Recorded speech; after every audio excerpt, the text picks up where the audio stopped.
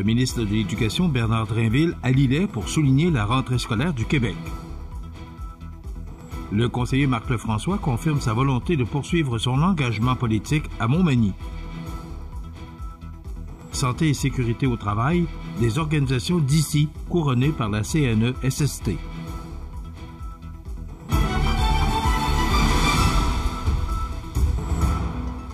Mercredi 27 août 2025. Bonjour mesdames et messieurs et bienvenue à votre bulletin régional sur le réseau de télévision CMA TV. Pour la rentrée scolaire 2025, le ministre Drinville rencontre des élèves et des membres de l'équipe école à Lillet et discute des adaptations exigées dans le milieu de vie éducatif. Écoutons le reportage de Gérald Beaulieu. La rentrée scolaire de 2025 aura permis à l'école secondaire Bon Pasteur de Lillet de faire partie de l'actualité nationale. En effet, le mardi 26 août, le ministre de l'Éducation et ministre responsable de la région de la Chaudière-Appalaches, M. Bernard Drinville, a profité de l'occasion pour venir discuter avec les élèves et le personnel des nouveautés de la rentrée. Le ministre était accompagné du député de Côte-du-Sud, M. Mathieu Rivet. Dorénavant, pour l'ensemble des écoles publiques de niveau primaire et secondaire, l'usage du téléphone cellulaire et d'autres matériels électroniques, comme des écouteurs, est interdit pour l'entièreté de la journée, incluant le midi et lors des pauses. Les appareils resteront dans les casiers. La décision découle des conclusions de la commission spéciale sur les impacts des écrans et des réseaux sociaux sur la santé et le développement des jeunes, divulguée à l'automne 2024. Je vous le dis, là, après un certain temps, vous allez vous habituer, puis vous ne voudrez pas revenir en arrière. Parce que les écoles où on l'a essayé, c'est comme ça que ça s'est passé. Les élèves apprennent à mieux se connaître, passent plus de temps à jaser, à discuter, à se faire des amis, puis à développer toutes sortes d'activités. Alors, donnez-vous une chance. Bien que déjà instauré depuis plusieurs années à cette école, à partir de janvier, le Code de vie imposera aussi le vouvoiement partout afin de ramener du respect, du civisme et de la considération à l'égard du personnel scolaire et envers l'autorité structurelle des institutions. Lorsque les élèves s'adresseront à des adultes, l'appellation de « Madame » ou « Monsieur » sera réclamée. Le ministre a expliqué que ces mesures seront des adaptations à faire pour favoriser l'amélioration de la réussite scolaire et sociale des élèves. Lors d'une période d'échange entre le chef du ministère de l'Éducation et les élèves d'une classe de 5e secondaire, la problématique de l'intimidation numérique a été soulevée. Puis c'est plus difficile de se le dire d'en face que de se le décrire. Il y a des problèmes d'intimidation qui commencent avec le cellulaire, vous voulez dire? Non, mais qui remplit, disons. Les médias présents ont pu constater que les jeunes avaient réfléchi et pris position sur ces nouvelles directives de Québec. Les jeunes ont une dépendance variable et un attachement mitigé envers l'appareil de communication et de divertissement qui leur est si familier. Certains finissants se sont dit un peu frustrés de la décision, d'autres conçoivent que cet appareil est une source de distraction. Si vous me demandiez de résumer en une phrase pourquoi on le fait, je vous dirais les élèves vont apprendre à se parler. C'est ça le pari. Bernard Drinville est confiant qu'à la suite d'un processus d'adaptation de la part des élèves et du personnel, et avec la collaboration de tous, le milieu de vie scolaire sera agréablement bonifié. C'était Gérald Beaulieu à Lillet pour CMA TV Information. Le conseiller municipal du district 1 de la ville de Montmagny, Marc Lefrançois, confirmait lundi, par voie de communiqué, son intention de demeurer un acteur clé de la vie publique locale. Homme d'affaires retraité ayant dirigé 2 entreprises pendant plus de 35 ans, il siège au conseil municipal depuis 2023 suite au départ de M. Marc Landlois. Son engagement repose sur des valeurs de transparence, d'intégrité et de soutien aux entreprises locales. Au cours des 2 dernières années, Marc Lefrançois a pris part activement à plusieurs dossiers structurants pour la ville. Selon le communiqué, on lui doit notamment l'achat de véhicules de service municipal auprès des concessionnaires de la région, l'adoption d'une politique favorisant l'achat local et la relance d'un vaste projet résidentiel à l'ouest de la ville de Montmagny, offrant un potentiel de plus de 180 terrains. Toujours selon le communiqué du conseiller et candidat aux prochaines élections municipales, M. Lefrançois dit avoir également contribué à la planification stratégique entourant un échange de terrain afin de faciliter l'implantation du groupe La Prise, en plus de superviser la restructuration de la Société de développement économique de Montmagny, SDEM, réorientée vers la réalisation de projets économiques. Aussi, le conseiller municipal suivrait de près plusieurs dossiers d'infrastructure tels que l'amélioration de la pression d'eau dans les 10e, 11e et 12e rues, la sécurité accrue sur le chemin des Poiriers, ainsi que divers travaux d'asphaltage sur le territoire. Il réaffirme d'ailleurs l'importance de redonner un rôle décisionnel fort aux élus municipaux afin que les projets de développement économique reflètent réellement la volonté citoyenne. En matière de développement, Marc Lefrançois voit grand. Ses priorités incluent la création d'un 4e parc industriel de plus de 2 millions de pieds carrés, la réalisation d'un projet résidentiel de 1500 nouvelles unités et une croissance démographique projetée de 30 % en 4 ans. M. Lefrançois entend aussi renforcer la gestion et la qualité de l'eau potable, embaucher un démarcheur économique et travailler de concert avec les organismes communautaires afin d'élaborer une politique municipale sur l'itinérance, tout en appuyant la création d'un refuge animalier dans la région. Pour Marc Lefrançois, l'avenir de Montmagny repose sur une vision claire, soit celle de préparer la ville à relever les défis de demain tout en protégeant la qualité de vie des citoyens. D'ailleurs, M. Lefrançois sera notre invité un peu plus tard dans l'émission. Santé et sécurité au travail, des organisations d'ici couronnées par la CNE-SST. Tous les détails après la pause.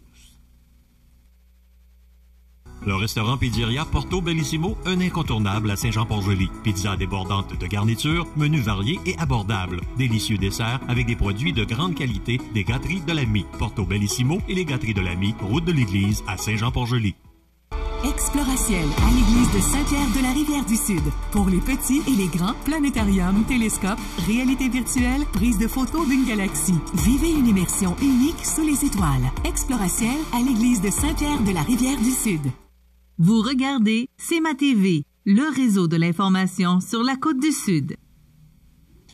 La Commission des normes, de l'équité, de la santé et de la sécurité du travail, la CNE-SST, a dévoilé mardi les lauréats régionaux de ces grands prix dans les catégories innovation et promotion de la santé. Ces prix visent à récompenser des initiatives remarquables qui améliorent concrètement la prévention, la santé et la sécurité dans nos milieux de travail. Chaque année, la CNE-SST souligne le rôle essentiel joué par la collaboration entre employeurs et travailleurs.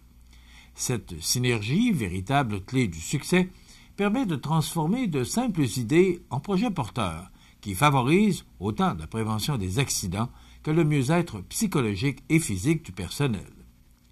Dans la catégorie Innovation, 3 organisations se sont démarquées. Enduride Canada USA, de la capitale nationale, pour ses potences mobiles facilitant la manutention répétitive de charges lourdes. CRT Construction en Chaudière-Appalaches pour la conception d'un chariot mobile de coffrage. La ville de Lévis avec son réseau d'aqueducs et d'égouts pour un bouchon de cadenassage sécurisant les interventions. En promotion de la santé, on retrouve Synertec Industries de Chaudière-Appalaches qui déploie une véritable culture de santé et mieux-être en entreprise. Alcoa Aluminerie de Deschambault dans la capitale nationale avec la création d'un comité santé et mieux-être et un calendrier annuel d'activités. Le ministère de la Santé et des Services sociaux qui a mené une campagne de sensibilisation à la sécurité psychologique. Plusieurs entreprises et organismes de la région se sont également distingués comme finalistes. Notons, entre autres, Bois d'Aquam, Fromagerie Bergeron, les industries Amisco ou encore Comact, Bid Group Technology, qui ont tous développé des projets novateurs, allant du convoyeur chauffant par vapeur jusqu'à la conception d'un bras zéro gravité pour améliorer la sécurité des postes de travail. Du côté des organismes publics, le CI3S de Chaudière-Appalaches a mis de l'avant le programme Inspiration, destiné à éveiller les initiatives sportives et de loisirs. Ce concours est organisé chaque année dans toutes les régions du Québec. Il met en lumière non seulement l'ingéniosité, mais aussi la volonté des milieux de travail de s'unir pour bâtir un environnement plus sécuritaire et plus sain. Ces efforts collectifs contribuent directement à réduire le nombre d'accidents et à améliorer le bien-être de milliers de travailleuses et de travailleurs. La CNESST invite déjà les entreprises et organisations à soumettre leur candidature pour la prochaine édition, dont la période de dépôt s'ouvrira le 2 septembre prochain. Saint-François de la Rivière-du-Sud se prépare à accueillir le samedi 13 septembre prochain la 5e édition de la Journée agricole interculturelle, un rendez-vous devenu incontournable pour les familles et les passionnés de découvertes culturelles. En effet, dès 15 heures, le cœur du village vibrera au son et aux saveurs du monde. Le public pourra participer à un atelier de percussion et assister à un spectacle animé par Edam Assaoui. Les amateurs de danse ne seront pas en reste avec des séances de zumba, de salsa et de danse en ligne qui promettent de faire bouger la foule. L'événement mettra également en lumière des kiosques aux couleurs du Maroc, du Congo et de la Colombie, où se mêleront mets salés, sucrés et spécialisés culinaires internationales. Une véritable invitation au voyage, sans quitter la côte du Sud. Les familles trouveront aussi de quoi s'amuser avec des jeux gonflables, du maquillage, du henné, du basketball et même du soccer bulle, une activité qui fera rire autant les participants que les spectateurs. La fête culminera en soirée avec un spectacle de Country Rangers, suivi d'un feu d'artifice qui viendra clore la journée sur une note éclatante. Organisé par la municipalité de Saint-François de la Rivière-du-Sud, en collaboration avec l'équipe d'immigration de la MRC de Montmagny, cette activité est rendue possible grâce au soutien financier du ministère de l'Immigration, de la francisation et de l'intégration. Une journée à inscrire à l'agenda pour célébrer la diversité, la musique et le plaisir en famille.